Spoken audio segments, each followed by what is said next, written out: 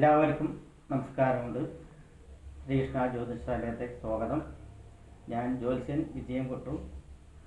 ഇപ്പോൾ വ്യാഴഗ്രഹത്തിൻ്റെ രാശി മാറ്റത്തെ പറ്റിയുള്ള ഒരു ചിന്താ വിഷയമാണ് ഇവിടെ സങ്കല്പിക്കുന്നതും പറയുന്നതും. വ്യാഴഗ്രഹം എന്ന് വെച്ച് കഴിഞ്ഞാൽ ഏറ്റവും ശുഭത്വം ആയിട്ടുള്ള ഒരു ഗ്രഹവും ഗ്രഹങ്ങളിൽ വെച്ച് ഏറ്റവും വലിയ ഗ്രഹം ആണ് അറിയപ്പെടുന്നത് വ്യാഴഗ്രഹം. വ്യാഴഗ്രഹത്തിൻ്റെ മാറ്റങ്ങൾ എല്ലാവരും ആകാംക്ഷയോടെയാണ് കാത്തിരിക്കുന്നത്. കാരണം എന്താ വെച്ചാൽ ആ വ്യാഴഗ്രഹം മാറുന്നത് ആർക്കെല്ലാം ഗുണമായിരിക്കും, ആർക്കെല്ലാം ദോഷമായിരിക്കും എന്നുള്ളത് തന്നെയാണ് പ്രധാനപ്പെട്ട കാരണം. വ്യാഴഗ്രഹം എന്ന് വെച്ചാൽ തന്നെ വ്യാഴത്തിൻ്റെ ദൃഷ്ടിയോ യോഗമോ ജാതകത്തിൽ മതി ഒരു പുണ്യം കിട്ടാൻ എന്ന് പറയുന്നുണ്ട്. ജാതകത്തിലുള്ള ഗ്രഹസ്ഥിതി പോലെയല്ല ചാരവശാലുള്ള വ്യാഴത്തിൻ്റെ ഗ്രഹസ്ഥിതി. ചാരവശാൽ പല ഭാഗങ്ങളിലും നിൽക്കുന്നത് ഗുണവും ദോഷവും, അതുപോലെ തന്നെ ജാതകത്തിൽ നിൽക്കുന്നതും വ്യത്യാസം രണ്ടും രണ്ട് തന്നെയാണ്. അപ്പോൾ വ്യാഴഗ്രഹത്തിൻ്റെ മാറ്റം വർഷത്തിൽ ഒരു വർഷവും ഏകദേശം 20 ദിവസമായിട്ടാണ് കണക്കാക്കുന്നത്. പക്ഷെ ചില സമയങ്ങളിൽ അത് മാറ്റം വരികയും ചെയ്യുന്നുണ്ട്. അപ്പോൾ വ്യാഴഗ്രഹത്തിനെ പൊതുവെ പറ്റി ചിന്തിക്കുകയാണെങ്കിൽ ഇപ്പോൾ വ്യാഴഗ്രഹം തുലാരാശിയിൽ സഞ്ചരിച്ചുകൊണ്ടിരിക്കുന്നതായിട്ടുള്ള വ്യാഴം 1194 കന്നി മാസം 25-ാം തീയതി, അതായത് 2018 ഒക്ടോബർ മാസം 11-ാം തീയതി വ്യാഴാഴ്ച 11:10 വ്യാഴഗ്രഹം തുലാരാശിയിൽ നിന്നും വൃശ്ചിക രാശിയിലേക്ക് മാറുന്നുണ്ട്.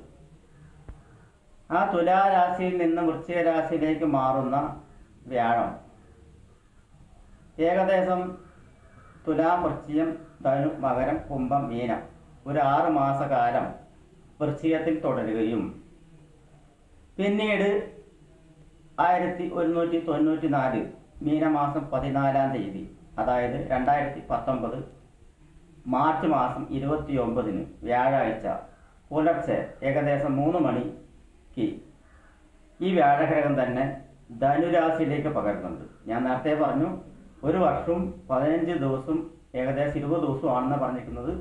പക്ഷേ ഇപ്പോൾ നമ്മൾ പറയുന്നത് ഈ വൃശ്ചിക രാശിയിൽ നിന്നും 6 മാസ കാലയളവിലേക്കാണ് ധനുരാശിയിലേക്ക് ഗ്രഹം സഞ്ചരിക്കുന്നത്. ആ ധനുരാശിയിലേക്കുള്ള ഗ്രഹം സഞ്ചരിക്കുന്നതും ആ ധനുരാശിയിലുള്ള സഞ്ചാരവും ഓരോ നക്ഷത്രക്കാർക്കും അതുപോലെ തന്നെ ഓരോ രാശിക്കാർക്കും ആണ് പറയുന്നത്.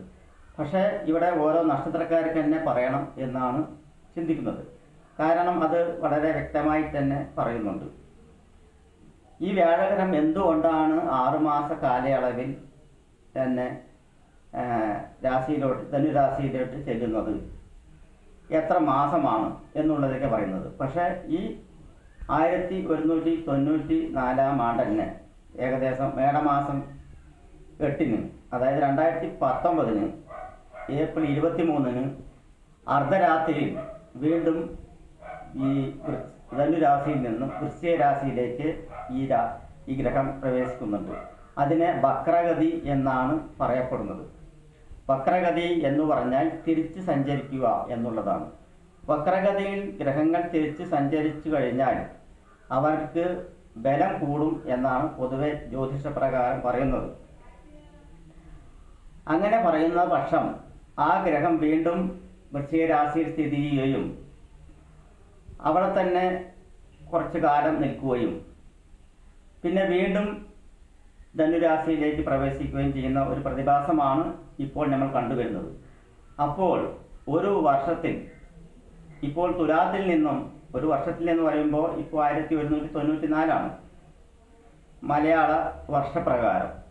അപ്പോൾ 1094 തുലാരാശിയിൽ നിന്നും സഞ്ചരിച്ചുകൊണ്ടിരിക്കുന്ന വ്യാഴൻ വൃശ്ചിക രാശിയിലേക്ക് മാറുകയും പിന്നീട് ധനുരാശിയിലേക്ക് മാറുകയും പിന്നീട് വൃശ്ചിക രാശിയിലേക്ക് മാറുകയും ഒരു പ്രതിഭാസം തന്നെയാണ്.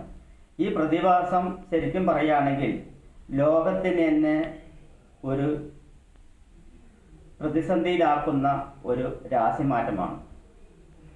അതായത് ഒരു വ്യാഴഗ്രഹം സാധാരണ ഒരു രാശിയിൽ സഞ്ചരിക്കുകയും അല്ലെങ്കിൽ 2 രാശികളിൽ വക്രഗതി സഞ്ചരിച്ചുകൊണ്ടിരിക്കുന്നതായിട്ടുള്ള ഒരു ഗതിയും വരാറുണ്ട്.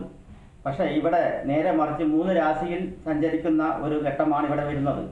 പക്ഷേ ഇങ്ങനെ വരുന്ന ഘട്ടത്തിൽ വ്യാഴഗ്രഹം 3 രാശിയിൽ സഞ്ചരിച്ചുകൊണ്ടിരുന്നാൽ ഭൂമിയിൽ തന്നെ 1,00,000 ശവങ്ങൾ വീഴും എന്നാണ് പറയുന്നത്.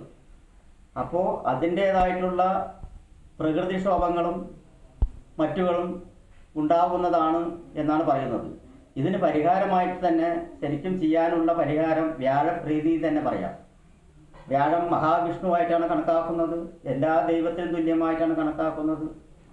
അപ്പോൾ അത് കാരണം മഹാവിഷ്ണുവെങ്കിൽ പ്രീതി കിട്ടുവാനായിട്ട് വ്യാഴഗ്രഹ പൂജകളും യാഗങ്ങളും ഹോമങ്ങളും വളരെ നടത്തുന്നത് വളരെ ഉചിതമാണ്. നമ്മൾക്കെല്ലാം അറിയുന്നതാണ്. ഈ വർഷത്തിൽ നമ്മൾ കേരളത്തിൽ പ്രളയക്കെടുതിയിൽ അനുഭവിച്ച വിവരങ്ങളെല്ലാം കണ്ടിട്ടുണ്ടാവും. അതിൽ ഞാൻ വിഷുഫലത്തിൽ പറഞ്ഞിട്ടുണ്ടായിരുന്നു, ഈ വർഷം മഴ കൂടുതലാണ്, അതുപോലെ തന്നെ പ്രളയങ്ങൾ ഉണ്ടാകാനുള്ള സാധ്യതയുണ്ട്, യാഗങ്ങളും ഹോമങ്ങളും നടത്തണം എന്ന് ഞാൻ പറഞ്ഞിട്ടുണ്ടായിരുന്നു. ഇപ്പോൾ വരാൻ പോകുന്നത് ഇങ്ങനെ ഒരു പ്രതിഭാസമാണ്. അത് കാരണം എല്ലാ അമ്പലങ്ങളിലും ദേവസ്വം ബോർഡും ഇതിനെ ഏറ്റെടുത്തുകൊണ്ട് പരിഹാരങ്ങൾ നടത്തുന്നതാണ് ഉചിതം. അതിനായിട്ടുള്ള ഒരു പ്രവചനമാണ് ഞാനിവിടെ പറഞ്ഞു വരുന്നത്. ഇനി നമ്മൾക്ക് ഓരോ നക്ഷത്രക്കാർക്കും എങ്ങനെയുണ്ടാവും എന്ന ഫലമാണ് പറയാൻ പോകുന്നത്. 7 നക്ഷത്രക്കാർക്ക് പൊതുവെ പറയുകയാണെങ്കിൽ വ്യാഴമാറ്റം അനുകൂലമാണോ എന്ന് ചോദിച്ചു കഴിഞ്ഞാൽ അനുകൂലം തന്നെയാണ്. പക്ഷേ എങ്ങനെ അനുകൂലം എന്നുള്ളതാണ് ഇവിടെ ചിന്തിക്കുന്നത്. അതായത് 12ാം ഭാവത്തിൽ ഇതുവരെ നടന്നുകൊണ്ടിരിക്കുന്ന വ്യാഴം ജന്മത്തിലേക്ക് മാറുകയാണ്. അപ്പോൾ 12ാം ഭാവത്തിലുള്ള അത്രയും ദോഷം ജന്മത്തിലേക്ക് വരുന്നില്ല എന്നാണ് പറയാൻ കാരണം. പക്ഷെ ജന്മത്തിൽ നിൽക്കുന്ന ദോഷം തന്നെയാണ്.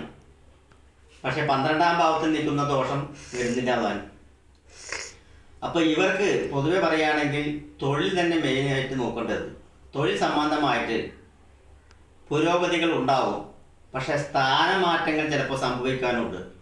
എങ്ങനെയെന്ന് പറഞ്ഞു വെച്ചാൽ ചിലവർ ഉദാഹരണത്തിന് പറയുകയാണെങ്കിൽ ചില സ്ഥാപനങ്ങളിൽ ഇരിക്കുന്നവർ ആ സ്ഥാപനത്തിൽ നിന്നും പെട്ടെന്ന് ആ റൂമിൻ്റെ ഉടമസ്ഥൻ മാറാൻ പറയുകയും പെട്ടെന്നൊരു റൂം കിട്ടാതെ അവസ്ഥ വരികയും ചെയ്യുന്ന ഒരു സംഭവം ചിലപ്പോൾ ഉണ്ടാവും.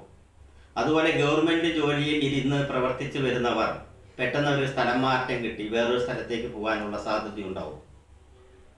ഇപ്പോൾ ഒരു ഭവനത്തിൽ ടൗണുകളിലേക്കാണെങ്കിൽ വാടകയ്ക്കോ അല്ലെങ്കിൽ അങ്ങനെയുള്ള അപ്പാർട്ട്മെൻറ്റോ ഒക്കെ വാടകയ്ക്ക് ഇരിക്കുന്നവർക്കാണെങ്കിൽ പെട്ടെന്നൊരു സുപ്രഭാതത്തിൽ അവിടെ നിന്ന് മാറി വേറൊരു സ്ഥലത്തേക്ക് മാറാനുള്ള സാധ്യത ഉണ്ടാവും.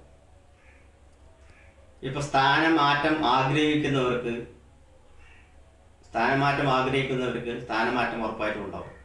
പക്ഷേ വിചാരിക്കുന്ന സ്ഥലത്തേക്ക് സ്ഥാനമാറ്റം കിട്ടുമോ എന്നുള്ളത് സംശയം തന്നെയാണ്. പൊതുവെ തൊഴിലാണ് നോക്കുന്നത്. വിദ്യാർത്ഥികൾക്കാണെങ്കിൽ പഠനത്തിൽ അലസത ഉണ്ടാകാനുള്ള സാധ്യതയുണ്ട്. പഠനത്തിൽ പൊതുവെ അലസത വരുവാനുള്ള സാധ്യതയുണ്ട്. ദേഹസംബന്ധമായിട്ട് പ്രശ്നങ്ങൾ വരുവാനുള്ള സാധ്യത ജന്മം പറഞ്ഞ ദേഹമാണ്, ശരീരഭാഗത്താണ് നിൽക്കുന്നതെന്ന് പറയുന്നത്. അപ്പോൾ ശരീര സംബന്ധമായിട്ടുള്ളവരുണ്ട്. അനിഴ നക്ഷത്രക്കാർ പൊതുവെ ദേഹസംബന്ധമായിട്ടുള്ള പ്രശ്നങ്ങളാണ് കൂടുതലും വരിക.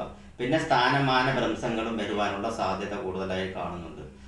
അതുകൂടാതെ തന്നെ ഇവർക്ക് ജന്മത്തിൽ സഞ്ചരിക്കുന്നതായിട്ടുള്ളത് കണ്ട് പുതിയ തൊഴിൽ മേഖലകളിലെല്ലാം വന്നിട്ട് കണ്ടുവച്ചതിന് ശേഷം പുതിയ മേഖലകൾ തുടങ്ങുവാനുള്ള മേഖലകളിലും ബിസിനസ് എല്ലാം തുടങ്ങാനായിട്ട് ഉദ്ദേശിക്കുന്നവരും തൊഴിൽ പുരോഗതി ആഗ്രഹിക്കുന്നവർക്കും വിവാഹ സംബന്ധമായിട്ടുള്ള നിശ്ചയമോ അല്ലെങ്കിൽ വിവാഹമോ നടക്കുന്നതിനും എല്ലാം വന്നിട്ട് ഈ രാശിയുടെ അതായത് ജന്മരാശിയിൽ നിന്നും 2ാം ഭാവത്തിലേക്ക് മാറുന്ന ഒരു സ്ഥിതിയുണ്ട് വ്യാഴത്തിന്. ഞാൻ നേരത്തെ പറഞ്ഞിട്ടുണ്ടായിരുന്നു രാശി മൊത്തം 3 രാശിയിൽ സഞ്ചരിക്കുന്നുകൊണ്ടിരിക്കുന്നതാണ് ഇത്. അപ്പോൾ ധനുരാശിയിലേക്കുള്ള ഒരു മാറ്റം വളരെ അനുകൂലപരമായിട്ടുള്ള മാറ്റമാണ്. ധനുരാശിയിലേക്ക് മാറുമ്പോൾ അപ്രതീക്ഷിതമായിട്ടുള്ള ധനലാഭത്തിന് ഇടയുണ്ടാവും. ആ സമയം അനുകൂലമായിട്ട് വരുന്ന ആ ഒരു മാസം അല്ലെങ്കിൽ 1.5 മാസം സമയം വളരെ അനുകൂലപരമായിട്ടുള്ള സമയം. ഈ സമയത്താണ് നിങ്ങൾ പുതിയ ഐഡിയകളും പുതിയ തൊഴിലുകളും തുടങ്ങാൻ പറ്റുകയാണെങ്കിൽ ആ മാസത്തിൽ നടത്തുക. അതുപോലെ തന്നെ വിവാഹ നിശ്ചയം നടത്തുന്നവർക്കും ആ സമയത്ത് നടത്തുക. അതുപോലെ പ്രണയ സാഫല്യം നടക്കുന്നവർക്കെല്ലാം ഈ അനിഴ നക്ഷത്രക്കാർക്ക് അലസിപ്പോവാനുള്ള സാധ്യതയുണ്ട്. മൊത്തത്തിൽ പറയുകയാണെങ്കിൽ സ്ഥാനങ്ങൾ അലസിപ്പോവാനുള്ള സാധ്യതയുണ്ട്. കുറേ കാലമായി പ്രണയത്തിലിരിക്കുന്നവർ പെട്ടെന്ന് പിരിഞ്ഞു മാറുകയും അങ്ങനെ ഒരു അവസ്ഥ വരുവാനുള്ള സാധ്യത കൂടുതലായി കാണുന്നുണ്ട്. ഗവൺമെൻറ് ഉദ്യോഗസ്ഥന്മാർക്കെല്ലാം അലസത കൂടും. ഉള്ളതിൽ വെച്ച് അധിക ജോലി ഭാരങ്ങൾ കൂടുകയും ചെയ്യും. അതുകൂടാതെ തന്നെ അവർക്ക് പെട്ടെന്ന് ഒരു സ്ഥലമാറ്റം, അനുകൂലപരമായിട്ടുള്ള സ്ഥലമാറ്റം ചിലപ്പോൾ കിട്ടിയെന്ന് വരില്ല. അങ്ങനെയുള്ളൊരു സമയമാണ് ജന്മത്തിലുള്ളത്. പക്ഷെ 2ാം ഭാവത്തിലേക്ക് വരുന്ന സമയം വളരെ ഗുണപരമാണ്. രാഷ്ട്രീയക്കാരുടെ സമയത്ത് വെച്ച് പറയുകയാണെങ്കിൽ രാഷ്ട്രീയക്കാർക്ക് പൊതുവെ തലവേദന പിടിച്ചൊരു സമയമാണ്. ജന്മത്തിൽ നടന്നുകൊണ്ടിരിക്കുന്നത് അലസത കൂടുകയും അലച്ചൽ കൂടുകയും അതുകൊണ്ടൊരു ഗുണവുമില്ലാതെ വരുന്ന ഒരു സമയമൊക്കെയാണ് ഈ ജന്മത്തിൽ നടന്നുകൊണ്ടിരിക്കുന്നതായിട്ടുള്ള വ്യാഴം. ദേഹസംബന്ധമായിട്ട് പ്രത്യേകം ശ്രദ്ധിക്കണം. ഇവർക്ക് മൃത്യുഞ്ജയ ഹോമം വഴിപാട് നടത്തുന്നതും വ്യാഴപ്രീതി വീഴ്ത്തുന്നതും വളരെ ഉപകാരപ്രദമാണ്. അതുപോലെ തന്നെ വിദ്യാർത്ഥികൾക്ക് അലസത മാറുവാനായിട്ട് മഹാസുദർശന യന്ത്രം ധരിക്കുന്നതും, മഹാസുദർശന യന്ത്രം പൊതുവെ വ്യാഴത്തിൻ്റെ ഒരു ഇത് തന്നെയാണ്.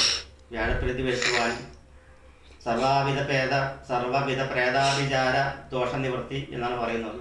അപ്പോൾ ആ സുദർശന യന്ത്രം ധരിക്കുന്നതുകൊണ്ട് കുറേ മാറ്റങ്ങളൊക്കെ വരും. അതുപോലെ തന്നെ ഗ്രഹപൂജ, ഗ്രഹപൂജ നടത്തുന്നത് കൊണ്ട് മാറ്റങ്ങൾ ഒരുപാട് വരുവാനുള്ള സാധ്യതയുണ്ട്. ഗ്രഹപൂജ ചെയ്യാൻ ആഗ്രഹിക്കുന്നവർ ഈ നമ്പറുമായിട്ട് കോൺടാക്റ്റ് ചെയ്ത് വിശദ വിവരം അന്വേഷിക്കേണ്ടതായിട്ടുണ്ട്. ഈ ജന്മത്തിൽ നിൽക്കുന്ന ഈ വ്യാഴത്തിൻ്റെ സമയം എന്ന് പറയുന്നത് 1 വർഷം 2 മാസത്തോളം നീണ്ടു നിൽക്കുന്നതാണ്. പൊതുവെ രാശിമാറ്റം, അങ്ങോട്ടും ഇങ്ങോട്ടുള്ള രാശിമാറ്റം കൂടി കണക്കിലെടുക്കുന്ന സമയത്താണ് ഇങ്ങനെ വരുന്നത്. അപ്പോൾ ഇവർ വളരെ ശ്രദ്ധിച്ച് കൈകാര്യം ചെയ്യേണ്ട ഒരു സമയമാണ്. ഇവർക്ക് പൊതുവെ പറയുകയാണെങ്കിൽ എല്ലായ്പ്പോഴും ഇതുമാതിരി ഉണ്ടാവില്ല. മാസങ്ങൾ ചേഞ്ചാവും തോറും നക്ഷത്രങ്ങൾ കൊണ്ടുള്ള വ്യാഴത്തിൻ്റെ സഞ്ചാരസ്ഥിതി മാറുന്നതനുസരിച്ചിട്ട് മാറുന്നതാണ്. ജാതകത്തിൽ സമയം അനുകൂലമായിട്ടുള്ളവർക്കെല്ലാം വന്നിട്ട് പൊതുവെ കുറച്ചുകൂടി ഫലങ്ങൾ ഉചിതമാകും. എന്തായാലും ഇവർക്കൊരു കാര്യം പറയാനുള്ളത്, ഇതുവരെ പോയ ഒരു സമയമല്ല ഇനി വരാനുള്ളത്. പൊതുവെ ആസ്വദിക്കാൻ പറ്റുന്ന ഒരു സമയം തന്നെയാണ്. അതിൽ 2ാം ഭാവത്തിൽ ശനി സഞ്ചരിച്ചുകൊണ്ടിരിക്കുന്നുണ്ട്. ഇവർക്ക് പൊതുവെ ജന്മശനിയും 12ലുള്ള വ്യാഴവും ഇങ്ങനെയുള്ള സന്ദർഭങ്ങളെല്ലാം കഴിഞ്ഞു പോയ ഒരു കാലഘട്ടമാണ് ഇപ്പോൾ ഉള്ളത്. അത് കാരണം ഇനി വരാൻ പോകുന്ന കാലഘട്ടം കഴിഞ്ഞു പോയതിനേക്കാൾ കുറച്ച് അനുകൂലപരമായിട്ടുള്ളത് തന്നെയാണ്. അത് കാരണം ആരും ആശങ്കപ്പെടേണ്ടത് ആവശ്യമില്ല. വരാൻ പോകുന്ന കാലം ഒരു നല്ല കാലം തന്നെ എന്ന് പ്രവചിക്കാം. പക്ഷേ വളരെ കരുതലോടുകൂടി പ്രവർത്തിച്ചു കഴിഞ്ഞാൽ ഇവർക്ക് വളരെ മുന്നേറി വരാം എന്നുള്ളതാണ് എനിക്ക് ഈ അനിഴ നക്ഷത്രക്കാരോട് പറയാനുള്ളത്. അനിഴ നക്ഷത്രക്കാർക്ക് പൊതുവെ ഇപ്പോൾ ചെയ്യേണ്ട പരിഹാരം ശനിപ്രീതിയും വ്യാഴപ്രീതിയും ചെയ്യേണ്ടത്.